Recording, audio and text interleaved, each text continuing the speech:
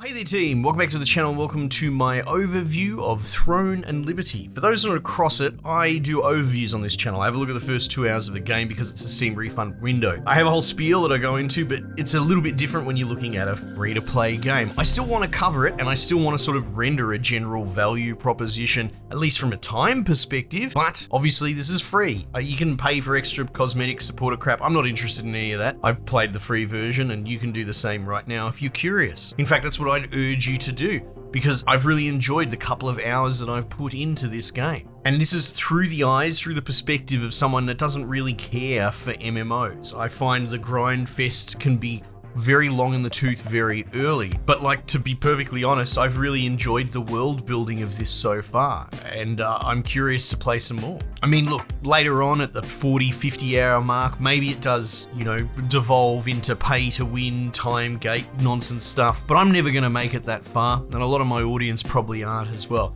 You just play a game as long as it holds you, as long as it's fun, and as soon as it starts becoming not fun, you hang it up. But at this point in the early going, this is really cool. It looks so good. All the character creator stuff, like, I don't really care for character creators. I've commented on many separate occasions that I will never understand these weird people that spend so long in a character creator. They'll make a version of themselves, but not the true self, not with the double chin, not with that ugly bloody nose or your eyes being too close together. Some weird idealized version of yourself. I just don't have the insecurities to work out that bullshit. You give me a character creator, I'll do something like create John Malkovich or just some big oblong-headed monstrosity. But as far as they go, this is pretty cool. The one thing that really actually matters to me is having good presets, because that's generally what I'll do and just click through. And they're all really cool. And having a randomizer, which it does have. I will say, and this has just got to be the South Korean Asian influence going on, but slamming that random button and trying to make a male character that looks like an actually strong dude, as opposed to some bloody boy band Suki La emo type. And every second character has heterochromia, like it is so fetishized in Asian culture. But like, the presets were good enough for me.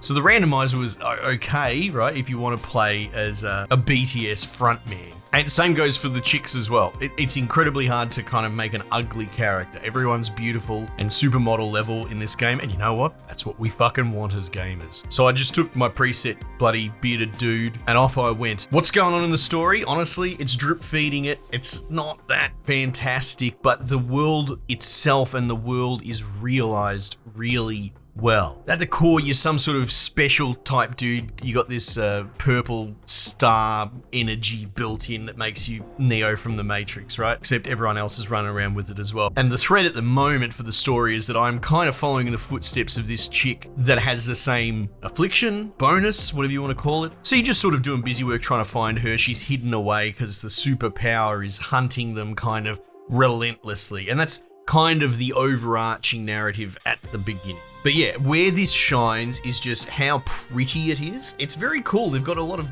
dynamic and really well done cutscenes, and they put your little character model in there.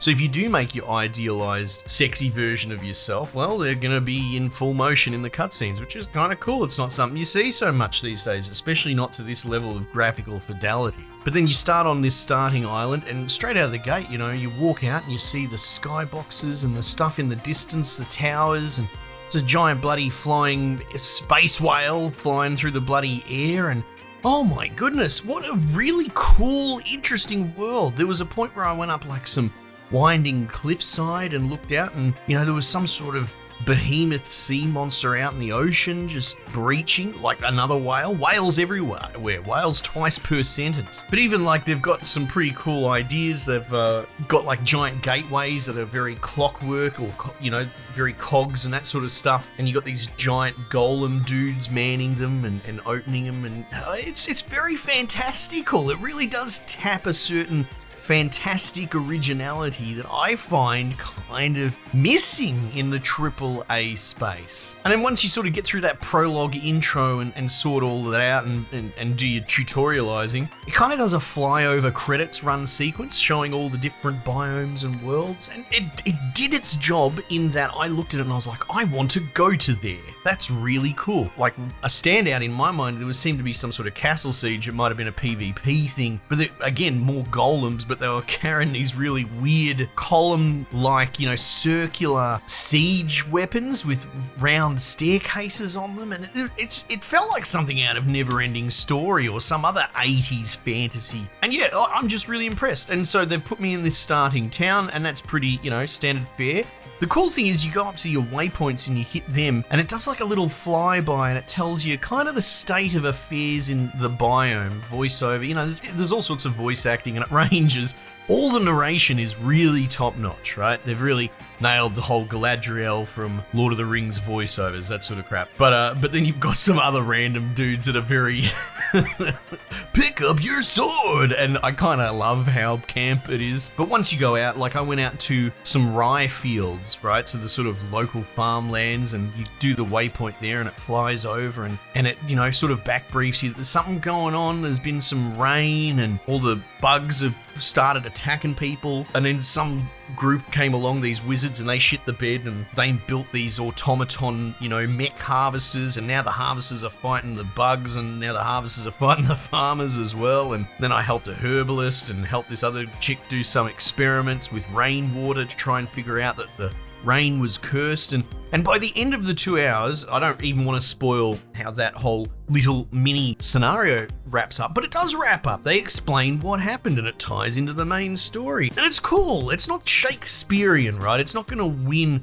an Academy Award, but it actually created a really good, loop and hook and tight little bow on the end of it. It's quite satisfying storytelling, and now I have this memory of that field, and then going down into the sort of the salty shores where it's all shipwrecked as well, and culminating up at this lighthouse watchtower, and it's really well done. And you can see that. Now, again, I think it's technically a different developer. I think ArenaNet developed Guild Wars 2 and NCSoft bankrolled it, but NCSoft is developing now. I don't know who's still involved that was part of the original DNA, but it really does remind me of what I personally enjoyed about Guild Wars 2, because I did like that. That was probably the closest I came to really enjoying a modern MMO. And it is through that sort of world building and that pretty basic bitch storytelling, but it is weaved through the regions, these unique biomes, and it ties it all together at a pretty fundamental, simplistic level. And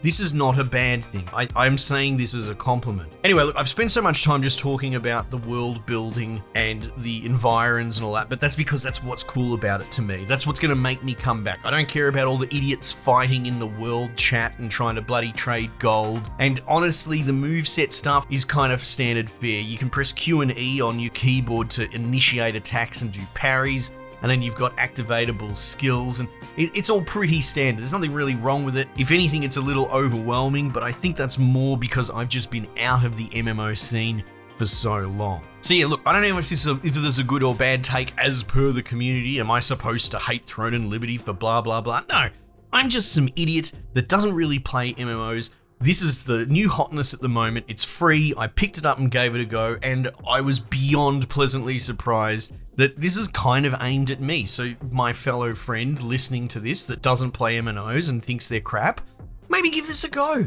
You might accidentally fall down a rabbit hole that goes for a couple of dozen hours. Anyway, team, they're just my thoughts. Might just leave it there for the time being, and I'll catch you guys on the next one.